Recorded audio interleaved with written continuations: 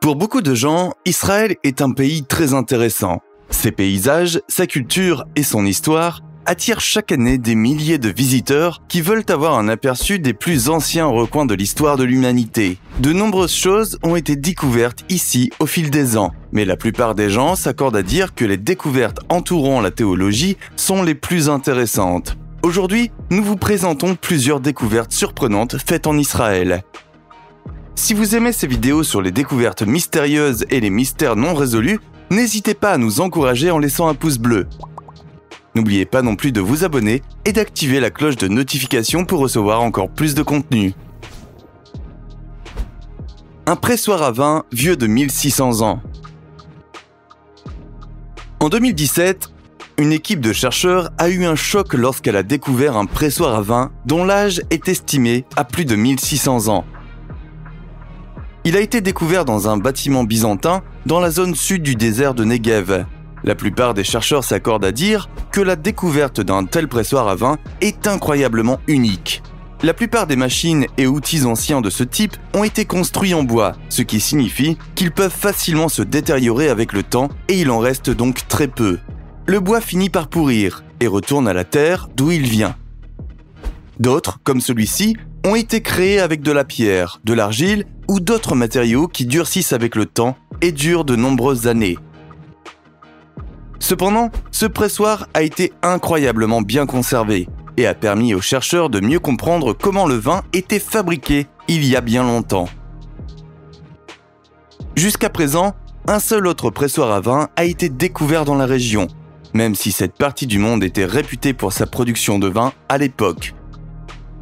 Nous savons que cette civilisation produisait un vin de la plus haute qualité, qu'elle exportait ensuite vers l'Empire byzantin. Lorsque les chercheurs ont découvert la fosse qui aurait été remplie de raisins, elle mesurait environ 2,5 mètres de diamètre et 2 mètres de profondeur, ce qui signifie qu'au moins 6500 litres de vin auraient pu être stockés ici. C'est une tonne de vin. En raison de la taille du conteneur, la plupart des enquêteurs pensent que le vignoble était exploité par des membres de l'armée. Il s'agissait de l'une des plus grandes exploitations viticoles de la région, ce qui signifie qu'il fallait beaucoup de main-d'œuvre pour la faire fonctionner.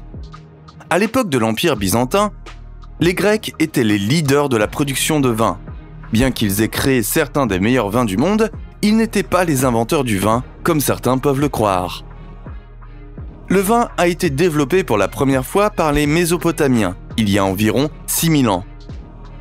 On trouve des récits de production de vin tout au long de la Bible, bien que le vin de cette période n'ait pas été exactement le même que celui que nous avons aujourd'hui. Selon les recherches modernes, le vin à l'époque biblique aurait été principalement non alcoolisé, voire plutôt un tonique qu'une boisson. Il y a des milliers d'années, les civilisations du monde entier faisaient infuser diverses plantes et herbes dans leur vin pour obtenir un grand nombre d'effets. Beaucoup de ces toniques étaient utilisés pour des raisons médicales, mais d'autres étaient plutôt utilisés pour des éveils spirituels, avec des plantes psychédéliques infusées dans le vin.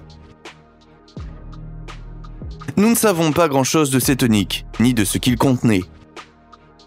Mais nous savons que certains champignons y étaient régulièrement mélangés, ainsi que d'autres plantes aux incontournables vertus médicinales. Nous n'avons aucun moyen de savoir ce qui aurait été créé dans cette cave particulière, mais il est incroyable qu'elle ait survécu après toutes ces années. Citadelle perdue. Dans la Bible, nous entendons d'innombrables histoires sur le roi David. De nombreuses personnes qui choisissent de ne pas tenir compte de la Bible et de ses enseignements historiques affirment que David n'a jamais existé et que ces histoires ont toutes été inventées au cours des derniers millénaires. Des histoires comme celle de David et Goliath, où David a terrassé un géant avec rien d'autre qu'une fronde, ont été fortement critiquées, mais il semble que l'existence de David et de son règne en tant que roi ait été prouvée une fois pour toutes après que cette incroyable découverte ait jeté une nouvelle lumière sur le roi de Judée et l'empire qu'il a laissé derrière lui.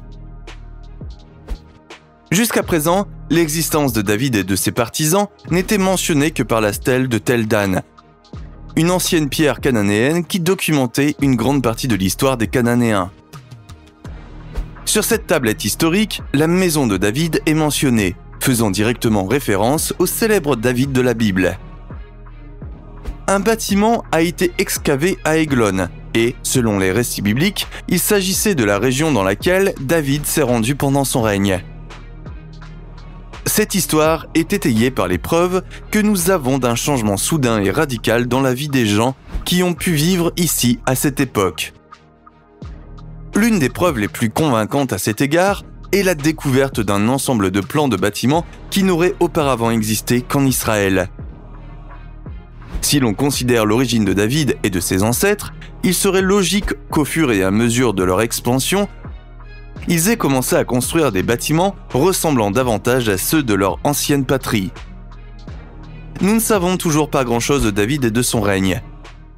Mais la découverte de la stèle de Tel Dan et le changement étrange et soudain de la vie quotidienne des habitants d'Églon amènent les chercheurs à se demander si la Bible ne contient pas beaucoup plus de vérités historiques que la plupart des gens ne veulent bien le croire. Une stèle vieille de 2800 ans.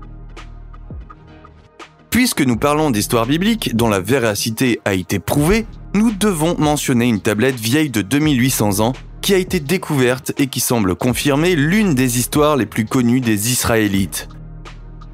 La stèle Mesha, comme on la connaît le mieux, est une tablette commémorative qui a été découverte en 1868 en Jordanie. La pierre contient des récits de l'histoire qui s'est déroulée dans cette région et l'une des histoires bibliques les plus connues y est également racontée, bien que sous un angle différent. Dans la Bible, le roi de Moab est dépeint comme un homme très négatif.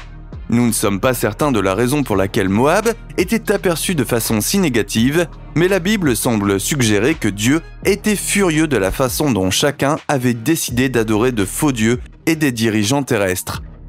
En guise de punition, une guerre a éclaté entre Israël et Moab. Cependant, la stèle qui a été découverte raconte une histoire bien différente. Toutefois, la stèle et l'histoire de la Bible ne semblent pas se contredire. Au contraire, elles se complètent et racontent l'histoire de deux points de vue très différents. La stèle de Mesha explique comment beaucoup de gens considéraient Mesha, le roi de Moab, comme un grand chef. La pierre dit « Omri, roi d'Israël, a opprimé Moab pendant de nombreux jours. » Cette tablette semble rejeter une grande partie de la responsabilité sur Israël, plutôt que l'inverse. Il y a aussi une liste des villes qui ont été enlevées aux Moabites et revendiquées au nom d'Israël, comme le suggère la Bible. Cependant, cette tablette permet de combler une lacune dans le récit historique de la Bible, en nous donnant un aperçu supplémentaire de ce qui est arrivé dans la région de Nébo. Dans la Bible, la région de Nébo est mentionnée comme étant la propriété des Israélites. Cependant, la seconde fois qu'elle est mentionnée, la Bible affirme qu'elle appartenait aux Moabites.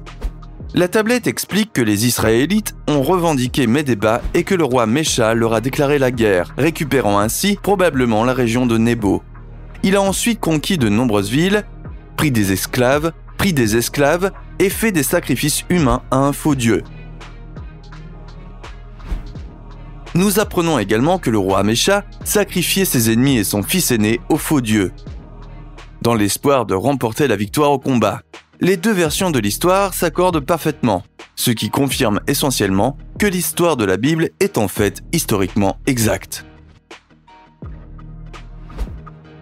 Le suaire de Turin. C'est l'une des découvertes les plus controversées d'Israël, mais beaucoup de gens pensent que cet objet, connu sous le nom de suaire de Turin, pourrait être le tissu dans lequel Jésus de Nazareth a été enveloppé après sa crucifixion. Ce suaire est l'un des objets historiques les plus connus associés à la Bible, et il a été découvert aux alentours du XIVe siècle. Le tissu montre le devant et le dos d'un homme qui ressemble beaucoup à Jésus de Nazareth.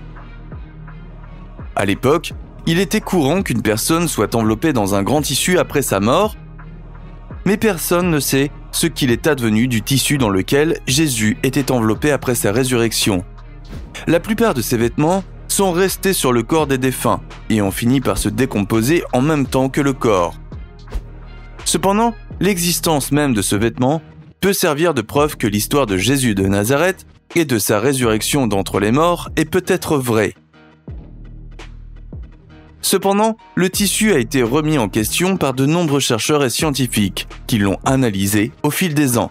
Le tissu a fait l'objet d'une enquête dans les années 1970 et de nombreux chercheurs ont affirmé qu'il s'agissait d'un faux. Néanmoins, après un examen plus approfondi, le tissu a été cousu selon une technique qui correspondait parfaitement aux techniques utilisées par les Israélites il y a de nombreuses années. Cependant, contrairement à cela, dans les années 1980, le tissu a été examiné en utilisant la datation au radiocarbone. Nous savons que la datation au carbone n'est pas incroyablement précise, mais souvent, si le système ne fonctionne pas, il amène les chercheurs à croire qu'un objet est beaucoup plus ancien qu'il ne l'est réellement. Dans le cas présent, les résultats indiquent exactement le contraire, à savoir que le tissu a été fabriqué entre le XIIIe et le XIVe siècle. Une analyse plus poussée révèle également que des fragments de pigments ont été trouvés sur le tissu, confirmant que les taches de sang apparentes n'étaient pas du tout du sang, mais plutôt des pigments artificiels. Cela ne devrait pas trop être surprenant, car la découverte d'un mince morceau de tissu comme celui-ci, des centaines d'années après la crucifixion de Jésus, serait hautement improbable. Il est vrai que cela semble un peu trop beau pour être vrai, et pourtant, ce fut le cas. Mais quoi qu'il en soit, il s'agit d'une découverte très intéressante. Les manuscrits de la mer Morte. Entre 1947 et 1956, une série de fragments de parchemin ont été trouvés dans un système de grottes dans la région de Cisjordanie. Au total, 850 parchemins ont été rassemblés, connus aujourd'hui sous le nom de manuscrits de la mer Morte. La plupart des contenus des parchemins remontent au temps biblique et beaucoup d'informations contenues dans les parchemins font référence à l'histoire et au récit biblique.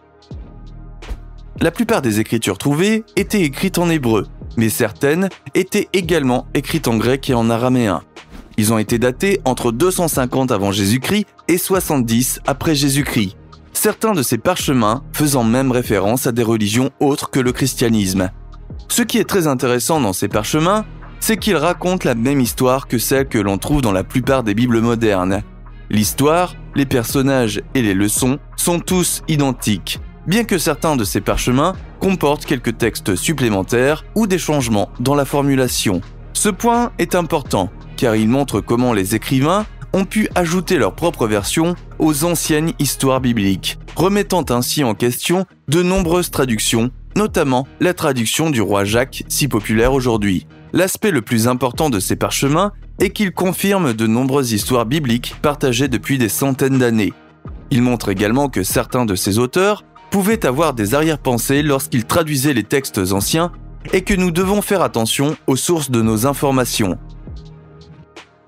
Merci de nous avoir suivis. N'oubliez pas d'appuyer sur le bouton j'aime et d'activer la cloche de notification pour recevoir d'autres vidéos.